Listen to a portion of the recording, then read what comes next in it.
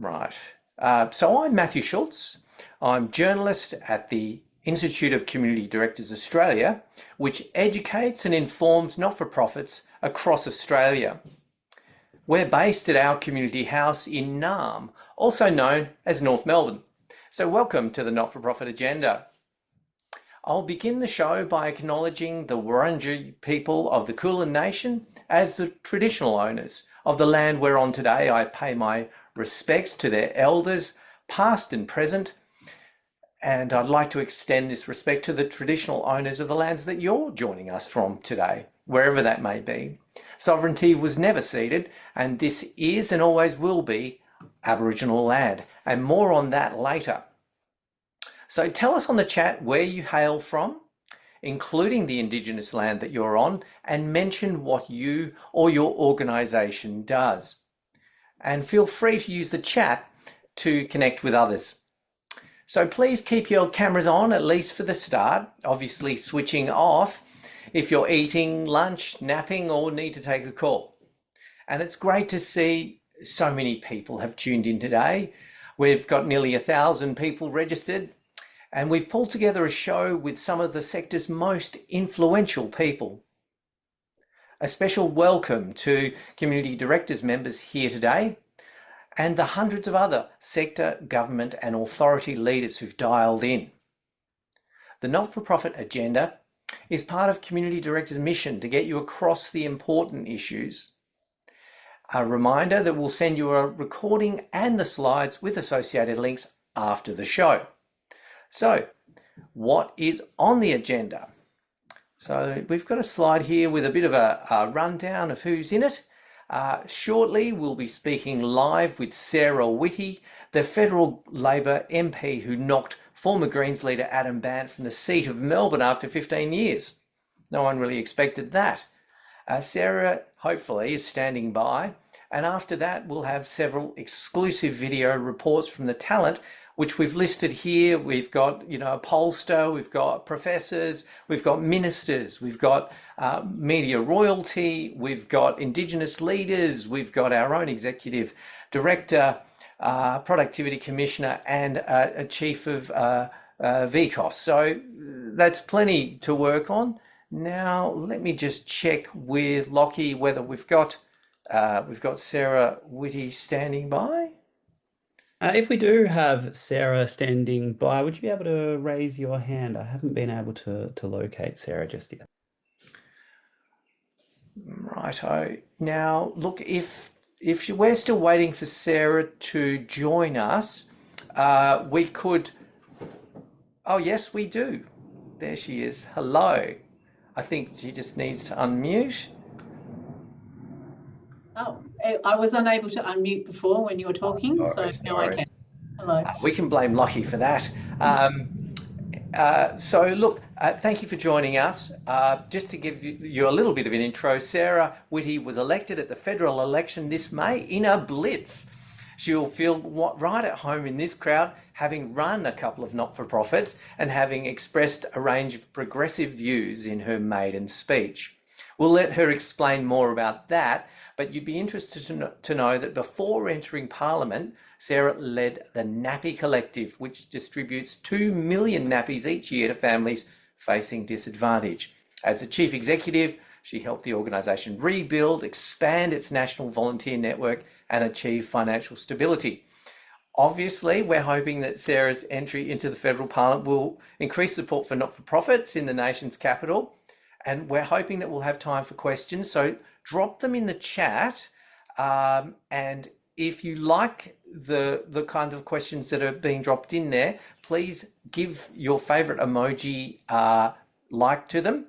Anyway, and to Sarah, thank you for finding time to join us, and welcome to the Not-for-Profit Agenda. Thank you. Thanks for having me.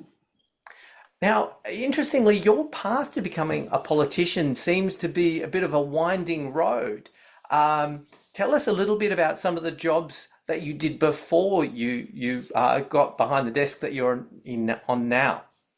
Well, I guess my path to become politician was not something I chose, it's more chose me. I have have had a winding road. I've run my own businesses over the years. I've worked in banking and insurance, so I've sort of had an understanding of the commercial world. But more recently, I run, like you said, or was a part of the leadership of two not-for-profits. One was the Nappy Collective, and which was a really wonderful, beautiful little organisation. They did one thing really well, which was give free nappies to families in crisis through donations of leftover unused nappies.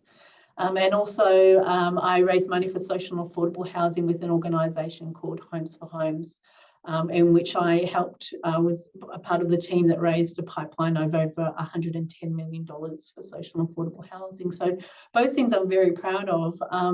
But first of all, when I was in commercial, I always felt like I wanted to do more, give back. That's what brought me into the not-for-profit sector.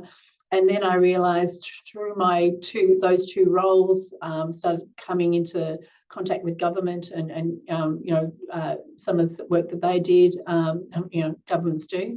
And then I realised, you know what, I can do even more. And so when the opportunity came up to say, hey, Sarah, do you want to run for the seat of Melbourne? By the way, don't worry, you won't win. I said, absolutely, sounds like a great opportunity. If nothing else, I'll have friends in high places. But as soon as I started to run, from day one, I thought, actually, there's a pretty good chance I will win. I didn't know how close I would get, but you said before that you were surprised. I didn't feel as surprised as some people, but there was one person who was very surprised. And that is the person who was here before me. So I know that I, did the work and went out there and talked to as many people as possible. So, and just came at it the same as I always do, with just saying, hey, how can I help? What can I do? And that's what I continue to do. Yeah. Actually, one thing, when I was looking at your profile, I saw that you'd been involved in real estate and banking and insurance, running your small business as well as running these social enterprises. I mean, my immediate thought was, you could have easily run for the Liberal Party with those credentials, running a small business, all that sort of stuff. But obviously, you chose to run for Labor. Why is that? I guess my values aligned with Labor. I would say I'm a moderate somewhere, very much in the middle. But when I was first started to, like I said, I started talking to people in politics when I started working in the not-for-profit sector. And everybody who came into my world, who I felt a real connection with, they all ended up being with Labor. And then that's what led me to, really know that these were my people. As soon as I started talking with them, I knew that my goals for what I wanted for both myself and the greater community was the same as what Labor wanted. So yes, I am very new to Labor as well as new to politics. So they sort of both almost as close as each other. So I've only a couple of years really been with the party. So. It must be quite bracing to find yourself in the position you're in. And obviously the sentiments in your maiden speech would have been music to the ears of viewers today. You can find that on the web. But I note that you're hoping that you're not just speaking for yourself, but the voices of renters demanding justice, people demanding climate action, and communities generally demanding to be heard. But really, to what extent do you think you'll actually be able to deliver for those constituents? Good question. The thing is, when I get a not-for-profit stakeholder come in to talk with me about some of their concerns, I mean, all day, all I do is talk to passionate people about their passion and find out ways to help them. And so when people come into my office, particularly in a not-for-profit space, we can actually skip past a lot of the stuff. Like, I know as being, in my roles, that you sort of have to bring people on the journey of this is what we do and this is how we can help and get them engaged in it. But we can actually, when not-for-profits come to me, we can skip past all of that engagement stuff because I'm already there. I'm already like, I want to help. I understand what it means to run a not-for-profit. I understand the challenges. I understand that we're all overworked and underpaid, but we're very passionate about what we do. So we can kind of get past some of that, bringing me along the journey and just start to get to the doing stuff. So this is what we're going to do. And not every not-for-profit that comes to me, not every pathway is the same. So some of it needs a real sort of government focus, heading towards changing laws, and others is just, hey, there's a little bit of guidance here. Here's somebody I spoke with yesterday that might be able to help you in connecting people together. And also, because of my background in commercial, I got a lot of commercial friends. So sometimes there's might be a connection there that we can make. So every conversation is different, and every conversation leads to other ways of providing support and help. Absolutely, I think that I certainly can make some difference. Absolutely. I mean, obviously, as a former CEO of Nappy Collective, you actually do understand some of those challenges around funding, around influence, around trying to get that stakeholder support that so many people listening today also face. How are you hoping that your position in Parliament might actually help some of those organisations get a better deal, at least with this government? So, I mean, there's a big picture and smaller picture way of thinking that. So there's individual stakeholders that we're looking to get funding for, or get support for, or get change for, whatever that looks like. But everybody also has advocacy for the people that they're supporting as well. So then we're looking for change in there as well. So there's, a big picture, looking for change in a big picture way, but then a very minute way in just, providing assistance on a day-to-day basis. I really do think I have an understanding of what it's like to work in a not-for-profit. I know straight away when I can see someone who's very passionate about what they're doing, and I know that they're stressed because maybe they're not receiving the funding that at the levels that they should, or I know that they care about the community groups that they're helping, and that they're missing out on certain things. So we can get, like I said, we can get to those parts much quicker and start to really make some change. Actually, we're just starting to get some questions through, so please drop them in if people like the way that your questions are phrased and that appeals to them. Give it a thumbs up. Now, obviously, having headed an organisation handing out nappies, we can assume that you have sympathy to all the parents out there. And while you're not a biological parent, you have done a fair bit of parenting as a foster carer. What kind of impact has that had on your politics and your political direction, do you think? I have two very clear purposes why I'm here, why I said yes when they said to me, hey, why don't you give this a try? You won't win, but how about you run? I said I'll do it because, number one, I want to make sure that every child has the best start in life, and that the parents that support them, or the families that support them, have what they need to make sure that happens. And number two, that everyone has a safe roof over their head. So I'm very focused on, and those two things very much cover, when I think about someone who's experienced challenges or disadvantage or difficulties, they sort of cover a wide range. So I always look to, whenever I'm talking with community groups, there is often a focus towards the start of like the children's part of the conversation, but that's not all I'm looking at. Like I said, it's the families as well, and housing. As a foster carer, that is obviously a key passion of mine, and I've very much taken on making sure I've got some real understandings about some things that I want to change within that space, and things that need to be changed to make sure that our most vulnerable children, kids in care, do get the support they need. And I am very aware that we're losing foster carers. There's more kids in care, more need for help, and we're losing foster carers. So I'm very passionate about making sure that I can do something in that space.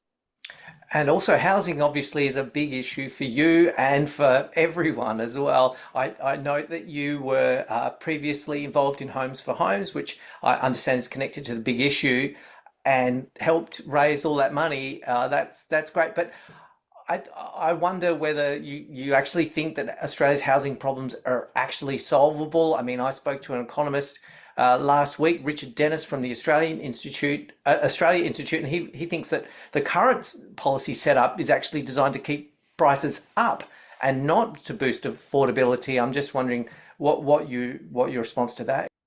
Well, I'm not sure if solvable is the right answer. I think it's an ongoing, always going to be something that we always need to keep our eye on. I know that previous governments haven't done anything about housing, and then this government, and something that, again, we started off talking about Liberal to Labor, why I looked like I could have been a Liberal person, but the reason I'm Labor is because this is a government that is really concerned about the housing crisis, and they are doing something about it. It is, to my mind, a step in the right direction, and it is making change already, and it will continue to. I know with my boss and our leader, Albo, that he's always got an eye on property and on housing, and has a true understanding of it, considering his background as well. And I think, whether it's solvable or not, I don't know if there's an answer to that question, but doing something that's making real difference is something that I'm extremely proud of, and something that I'm proud to be a part of. So, yeah. Now, given Labor's got a whopping majority, is there some room for more ambitious thinking in terms of the Labor mandate to maybe increase taxes, reduce defence spending, or maybe tax miners a bit more to better fund health, education, housing, and care? Well, Labor's just decreased taxes, but also I think there is some room for some, big picture, out of the box thinking, and I think that you'll see some of that coming through. At the moment, we've been very, had some election promises that we've been delivering on with the HEX debt, the Medicare reforms, and the housing. So we've done that, and now we're starting to look to the future, and I'm starting to get some great policy ideas myself that I've been working on with some of the stakeholders that have been coming to present some things to me. So I'm really excited about a few of those that we're starting to look through. And yeah, absolutely, there's much bigger things that we can do now, and I think that having that majority is certainly something that's going to be helpful to us. Actually, one question I quite like that's come from Claire Ozich from Justice Connect is, I think it's about their campaign to reform DGR. So she wants to know whether you're supportive of the Productivity Commission recommendation to reform DGR so it's applied on a principled basis to charities rather than what she describes as the current mess. Well, that sounds like a biased question, but I'm not going to... I don't have enough information on that at the moment to be able to answer to that properly. I know that there are some challenges within the sector that need to be looked at and reviewed, and I'll certainly have a lived experience to be able to put my voice to that. Well, I know that there's a lot of interest among our audience about some of the reports, the reforms, the blueprint. We're going to be talking about that later. I know that there was actually a health service in your own electorate, CoHealth, which looks like it might be shutting down as a result of what they claim is the Medicare funding model. And you haven't heard today's news, obviously. Oh, no. Tell us. Tell us. Oh, no, I've just been with the Minister making an announcement about the fact that we're providing CoHealth with $1.5 million funding to allow us to do a proper review and to review their operation model. That gives us some breathing space. It gives the vulnerable people in my community a chance to continue working, continue seeing their GPs as it stands, and that we're putting in an independent review to make sure that the vulnerable people have access, and to make sure that the CoHealth model, which is we have lots of community housing providers. Victoria is the only, health providers. Victoria is the only state that continues to use community health, and I think it is a model that we should be very proud of. But we also ask the question, why is it just CoHealth that is experiencing these challenges? So we are working with CoHealth to understand their operation model and to make sure that we can turn that around, and we're taking that first step of giving some funding, allowing them to continue operating till July, while we gives us the space to do a review, and then hopefully the next steps from there. But we're heading in a positive direction at the moment. Well, that was well answered. Another issue, obviously, climate change. I know that you've met with climate advocates, but there's also been advocates outside your office. Yes, calling for better targets and a tougher turn away from fossil fuels. What's your response to those kinds of arguments? Of course, climate is, we all live in this world, and climate has to be an issue for everybody in this world. Just because, someone next door might believe it's not a thing, it is a thing. We've proven it, science has proven that. I am a strong advocate, and I absolutely have a strong voice internally within the Parliament when I bring the voices of my community to say, hey, this is what my community is asking for. Sometimes, like I said, I get to speak to passionate people every day about their passion, try and find ways to help them. And when I have people at the front of my office letting me know that, I always invite them in to come and have a chat. Sometimes they do and sometimes they don't, but it's a part of the bigger picture, allows me to have that strong voice within Parliament, within caucus, to bring these issues, which are, something that we, both my community and myself, are really keen to make sure happens. Oh, look, we've got another question here it's a bit of a pointy question around the Murphy report around problem gambling, especially as it relates to young people and advertising, and the whole issue of gambling addiction. Basically the question, hang on, let me see who. The question comes from Wendy Sturgis, and she's asking, when will Labor act to implement that report, the Murphy report? I do have to apologise, I haven't actually read the report, but what I have done is I was a part of a roundtable conversation that brought up parts of that report, and we listened to some I sat in a meeting where we heard some life stories about some two sisters who'd lost their brother through gambling addiction, and some other people that were still experiencing it. And I can tell you, I certainly felt the heaviness of that conversation, and it. As much as it's not always nice to hear those stories, it certainly has motivated me to ensure that we are keeping this on, in the agenda, and making sure that we continue to talk about it. Since that meeting, I don't watch a lot of sports. I have been paying attention to the advertising and the bombardment of it, and it really is. I will say it is overwhelming to me to think, when I see it through the eyes of these sisters who sadly lost their brother. It is something that we need to look into, and yeah, absolutely. Look, before we field a couple more questions, I think we'll be winding up soon, but we have a poll asking not-for-profits what their wish list for 2026 is. I think you'll be interested in the responses here, Sarah. We're just looking ahead as to what not-for-profits would like to see sort of addressed by the government and others in the coming year. So just the best way to get rid of the poll is to vote. So just everyone just have a go at that. Now, one of the things that we've been doing, Sarah, at Community Directors is we've launched a radical moderate project.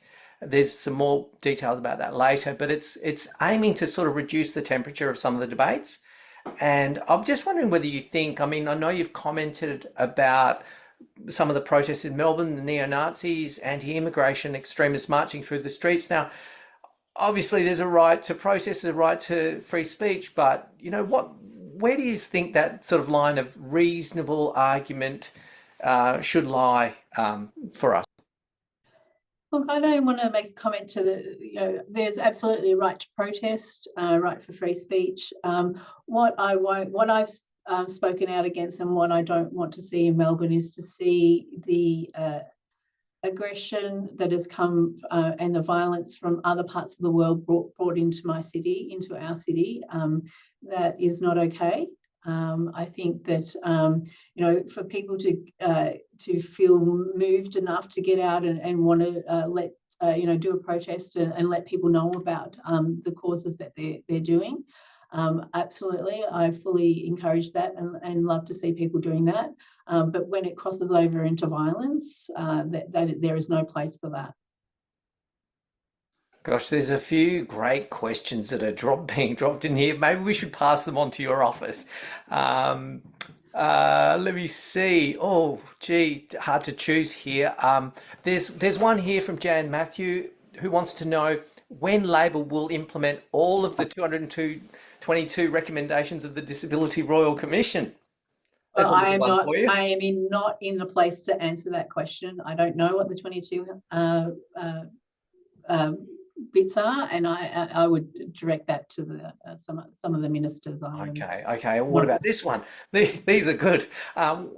Is it realistic to expect that organisations who receive funding should be able to negotiate their spending based on their care? Oh gosh, this is difficult. Their carer, consumer and client needs rather than prescribed funding contract outputs. Gosh, do you need me to repeat that?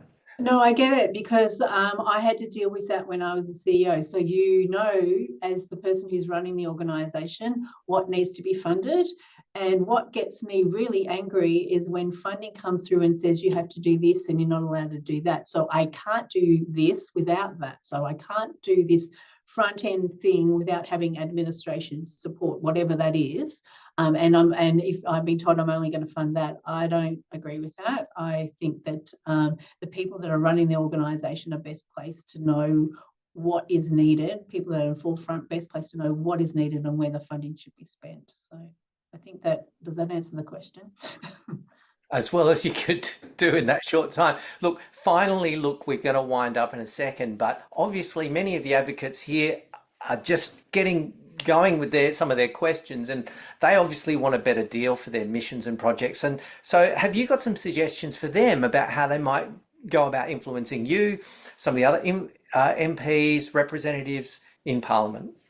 Be noisy. Be noisy. Don't stop. I know you will be. You're all very passionate about what you do, and you're all doing something really important.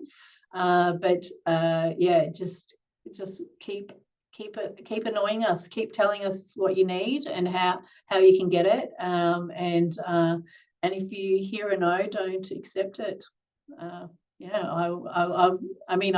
I'm creating a rod for my own back, because I know that I'm going to get you're coming to me. But I speak to your own. Sometimes the loudest voice wins. So I did hear that, but sometimes find an advocate for you.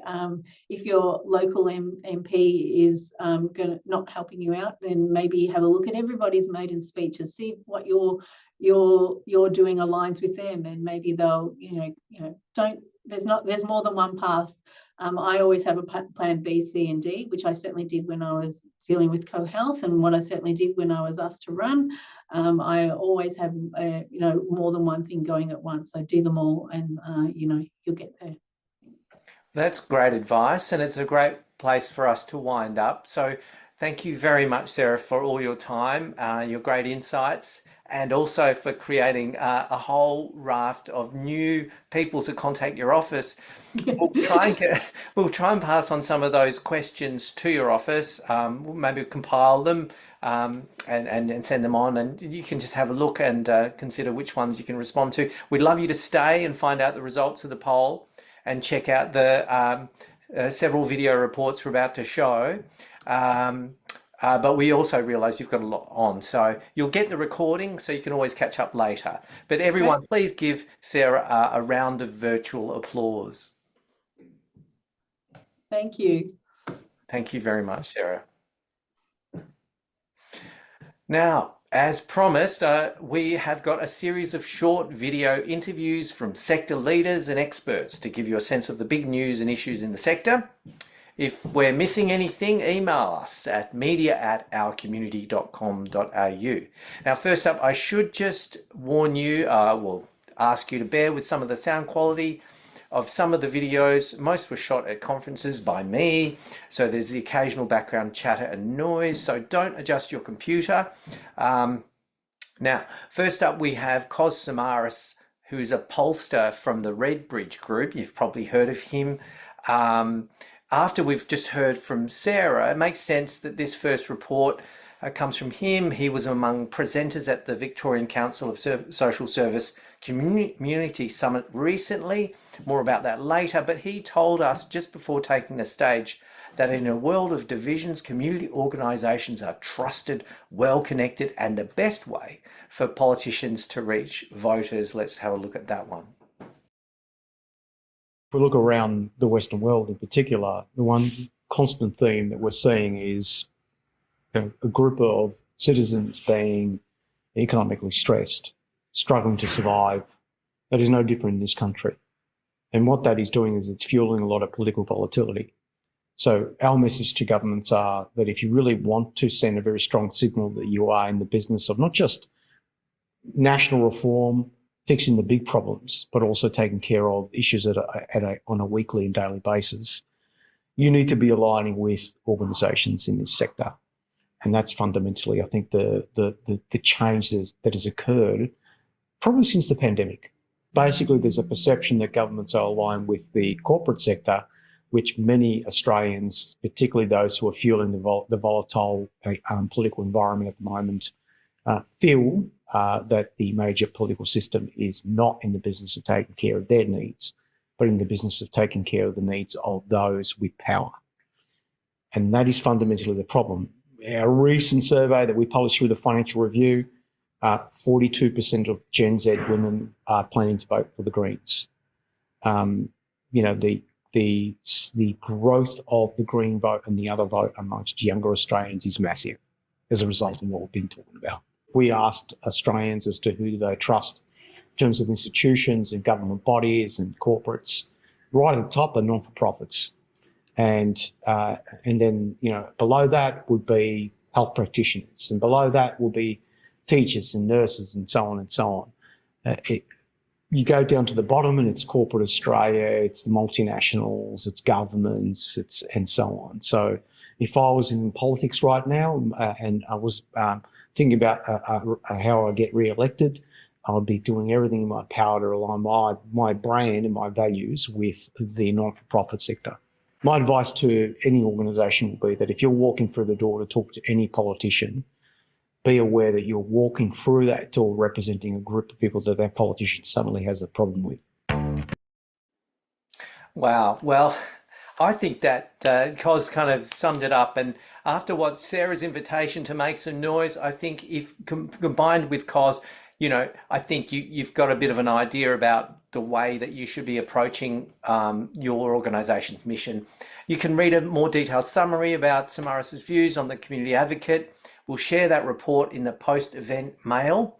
But next up, let's go to Jo Barraket. Many of you will have heard of the not-for-profit sector development blueprint. It's a 10-year roadmap for the sector, developed with the guidance of a dozen-strong reference group. They wanted the government to formally respond to this report by March the 31st, which is a fair while ago. And now, a year after the study was lodged, we're all still waiting. And at the recent Amplify Alliance Community Summit, I spoke with the lead author of the blueprint, Professor Jo Barraket, who is the director of the Melbourne Social Equity Institute. She tells us what's happening with the project. The blueprint was delivered to government about a little over a year ago. It hasn't received a formal acceptance, as it were, from government, but that's partly because of the nature of the document. It's a document that is owned by the not-for-profit sector and under the stewardship of the Blueprint Expert Reference Group. It's a 10-year plan. So part of the challenge with implementing it with government is to ensure that it's actually understood and known about by the whole of the Parliament. It needs to be a non-partisan commitment in order to ensure its success. So there's a broadening understanding of the blueprint within government, and the communication that I've received from the relevant ministers is that they are looking to implementing aspects of the blueprint through their policy portfolios over this term of government. So it's certainly not being discarded. It's just not received a formal public acceptance, if you like. There's a lot of sense of frustration, I think, in the sector because we have realistically had 30 years of unrealised reforms. There's not a huge number of initiatives within the blueprint that are not the same issues that have been raised in previous inquiries and approaches to developing up some kind of sustained investment in and advancement of the not-for-profit sector. So I'm very empathetic about that frustration. While I am understandably very supportive of the not-for-profit sector and a big champion of it and work within it, that said, the blueprint process was also an opportunity for the sector to do some self-reflection, and some of the things that have been brought up include matters about the age and relatively limited diversity in governance of not-for-profit sector, some of the issues to do with how we're changing the way we volunteer and give, and not all parts of the not-for-profit sector are necessarily on top of that. So there's things to be done that the sector itself can take ownership of. The sector's got huge, deep relationships with the community and also partnerships across sectors. So there's the potential to mobilise opportunities with other partners, whether that's corporates, various levels of government, not just the federal government. There's quite a lot of opportunity within the blueprint initiatives to get on with things, regardless of what the formal position of the federal government is on the blueprint. Well, I actually sent a note yesterday to Andrew Lee's office about the expected status and timing of this blueprint, as well as which bits are they're likely to adopt. I haven't heard back yet, but we will continue to watch this issue very closely.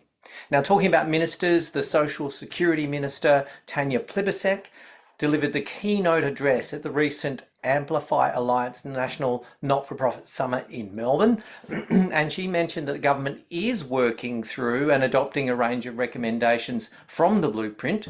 She didn't give details, but she did flag a significant revamp of the way that they're delivering family and community services portfolio, which is worth $430 million a year. They're going to replace 5 existing contracts. They're going to trial relational contracting, which involve 5-year contracts, more leeway to deliver services, reduced reporting, and an increased focus on outcomes. Thank you to the Amplify Alliance for providing this footage. Let's have a look. The not-for-profit sector is immensely valuable. It advocates for communities, it serves people in need, it stays the course with people who need assistance, whether they're escaping violence, whether they need food aid or someone to help them navigate the social security system. It's a privilege to stand alongside all of you with the work that you do.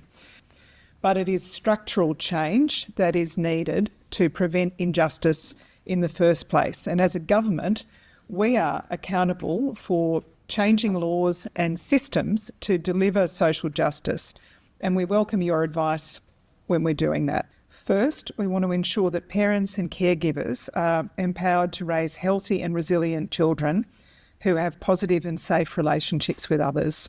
And secondly, we want to make sure that children are supported to thrive and develop into healthy adults. So it's about the parents and caregivers, and it's about the kids.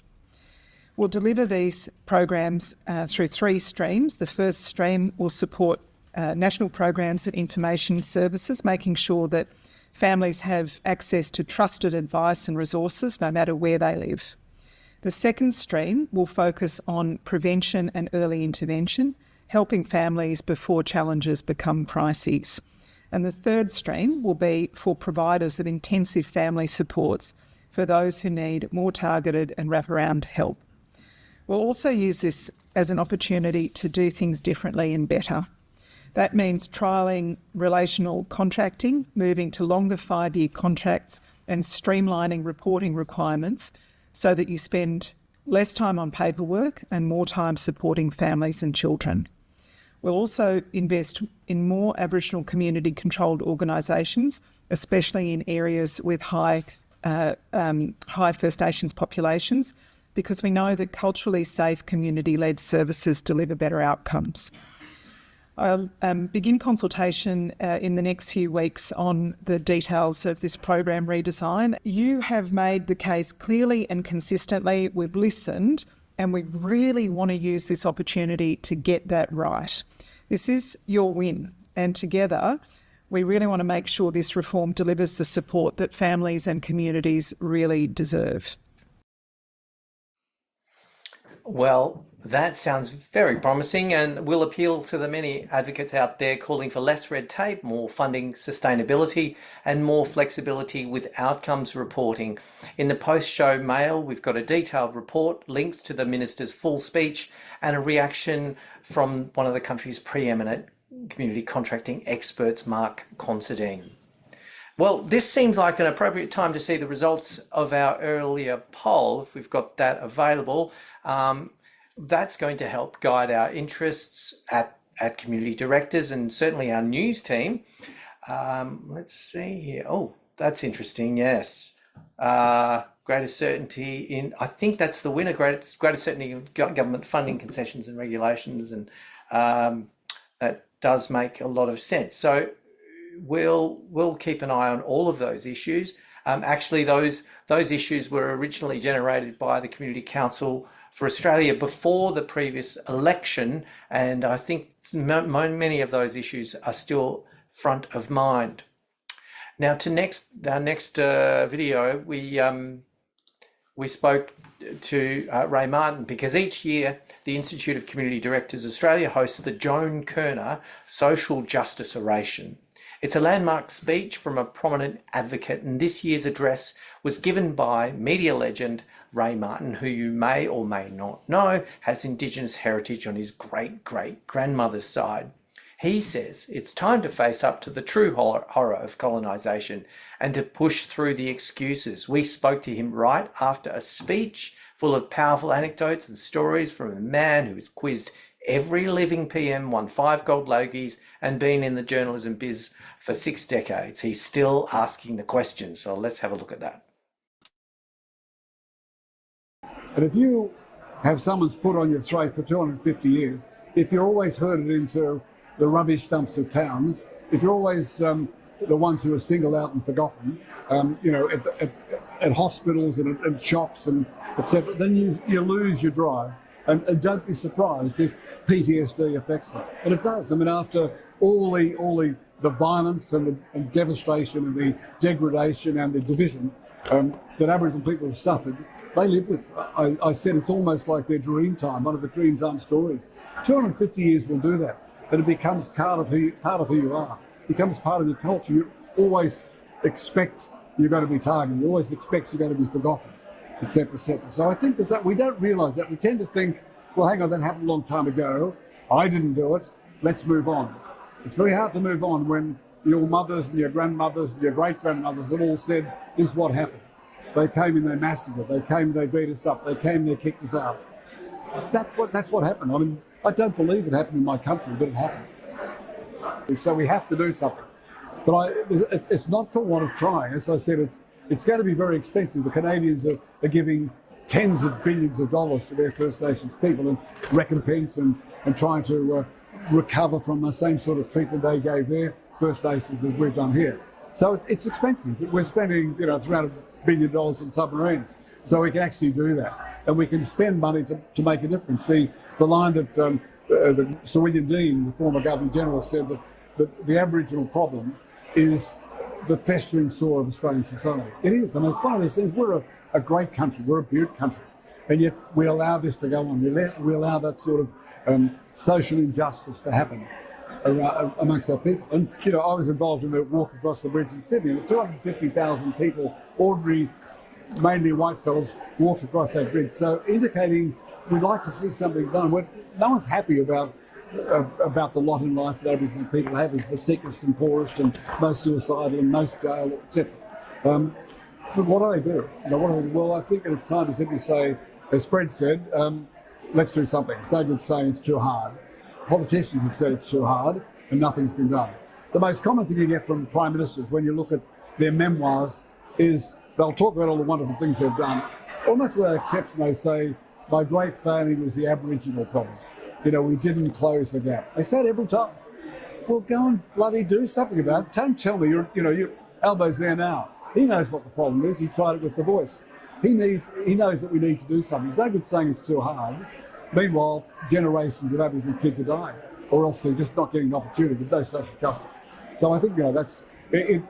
It ain't easy. I said tonight that if it was easy, we would have fixed it 100 years ago. Wow. You can still catch our report and his full address on YouTube or the Community Advocate podcast. His full address is also expected to be slated to be broadcast on the ABC's Big Ideas, so keep an ear out for that. And on the back of Martin's comments, it just makes sense to segue to Auntie and Dr. Jill Gallagher, Gunditjmara woman from Western Victoria and the Chief Executive of the Victorian Aboriginal Community Controlled Health Organisation, VACCHO. I spoke with her also at the VCOS Community Summit about Victoria's treaty, the nation's first treaty with Aboriginal people, which follows a decade of talks and has been hailed by the United Nations. Let's have a listen. A lot to gain here for all Australians and for other organisations, community-minded or based around the country.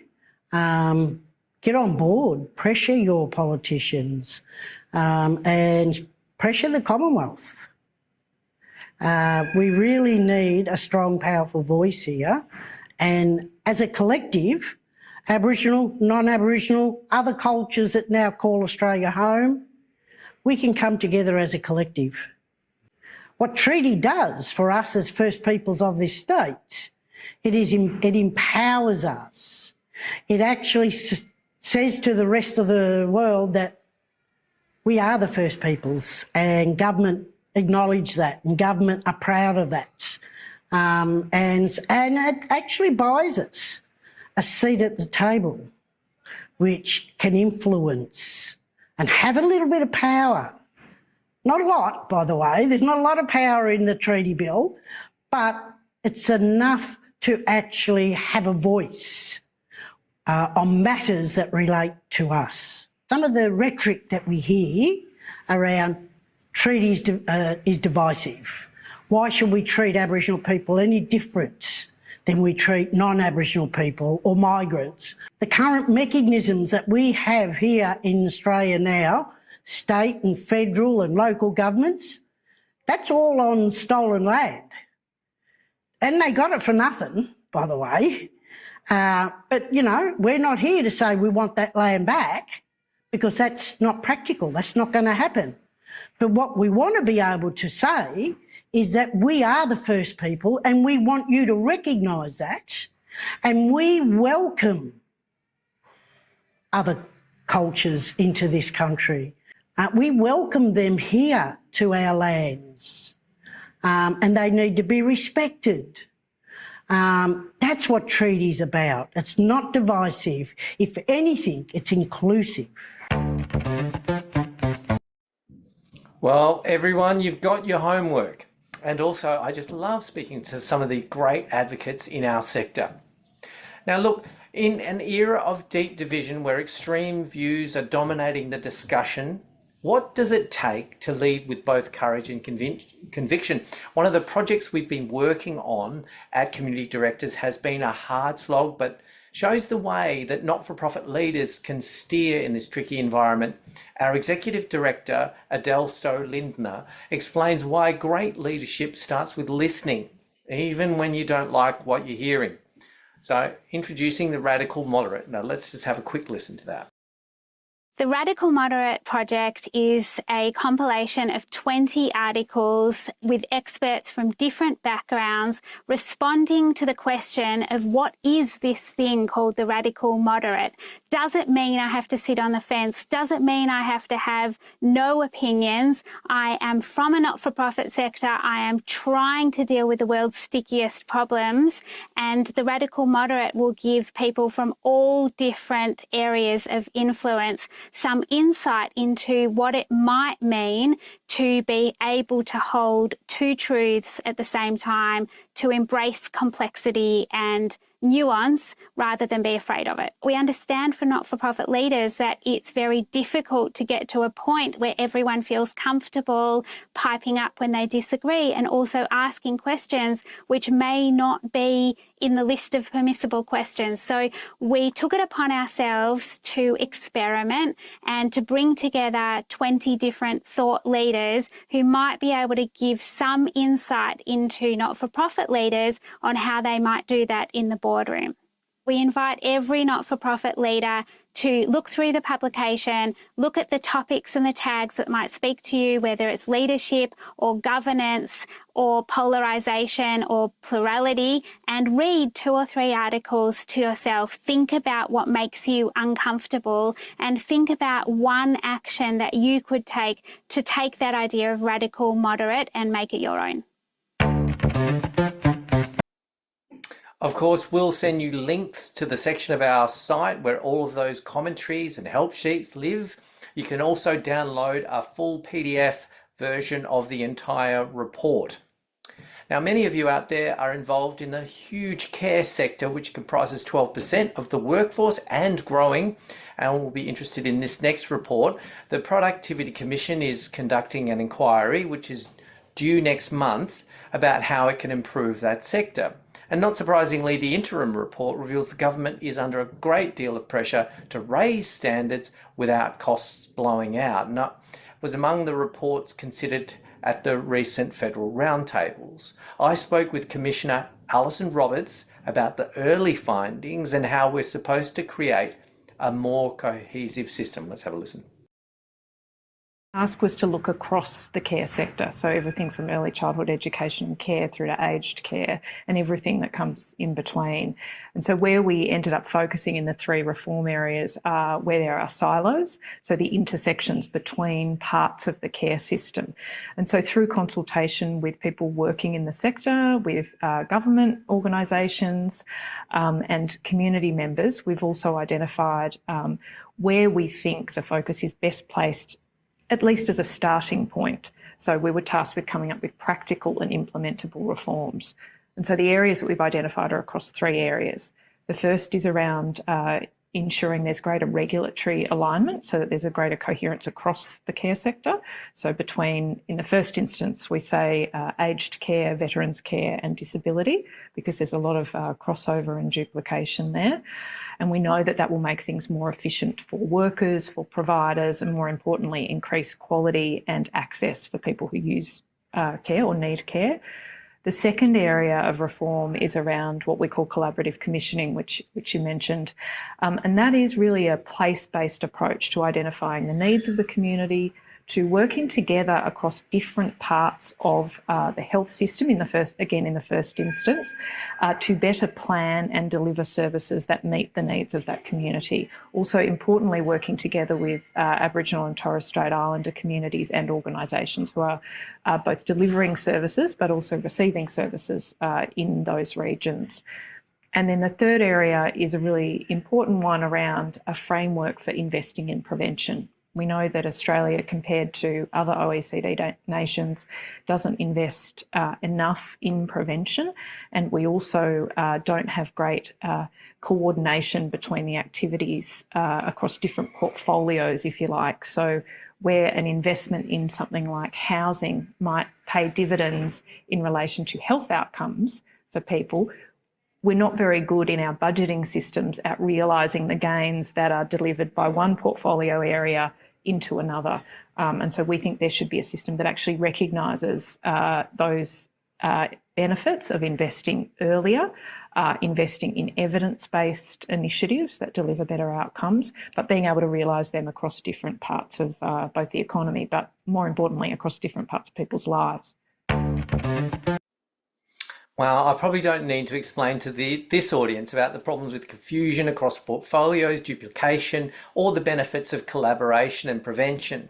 We're going to be really interested in that final report, but as with the Productivity Commission's other work, such as Interphilanthropy, we'll be extremely interested in whether the recommendations are actually followed. Now, our final video report sums up the mood and intent of the VCOS Community Summit, which was a happy hunting ground for a not-for-profit journalist like me. I've got more great material I'll be working with. There were 350 delegates from across Victoria, political leaders, including the Victorian Treasurer Jacqueline Symes and the just booted out opposition leader Brad Batten, and now Jess Wilson. But after the main sessions, I spoke with the VCOS Chief Executive, Juanita Pope, who sums up both the challenge and the promise of the sector. Let's listen. Well, what we've heard today is that our sector has purpose, it has power and influence, and we have very many reasons to be hopeful.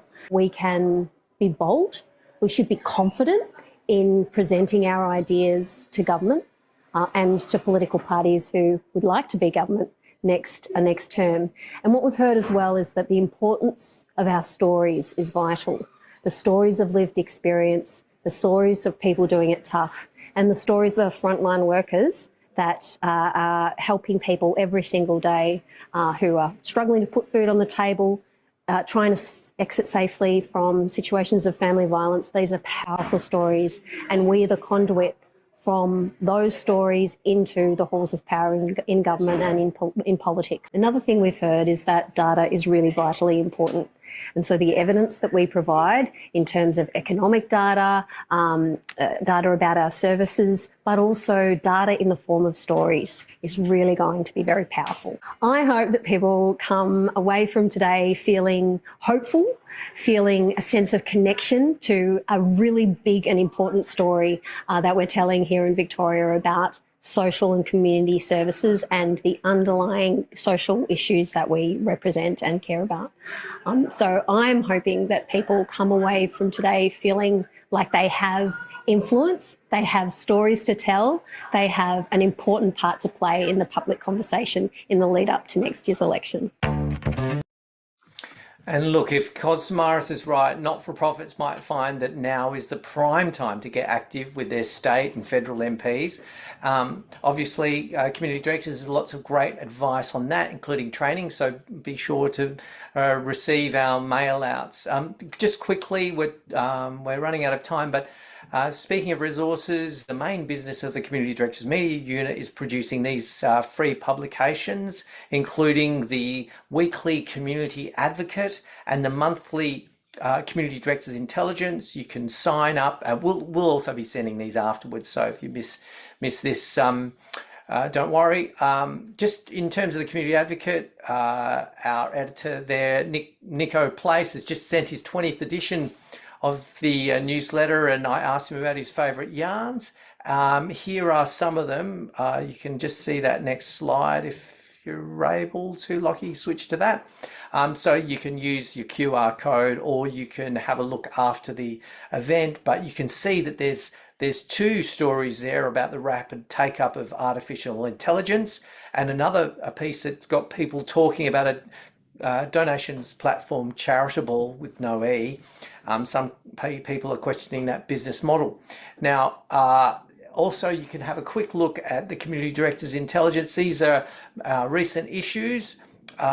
We all pick out a theme. So we had the radical moderate most recently, how to win grants, and also about artificial intelligence, where you can see a version of me, a robot version of me.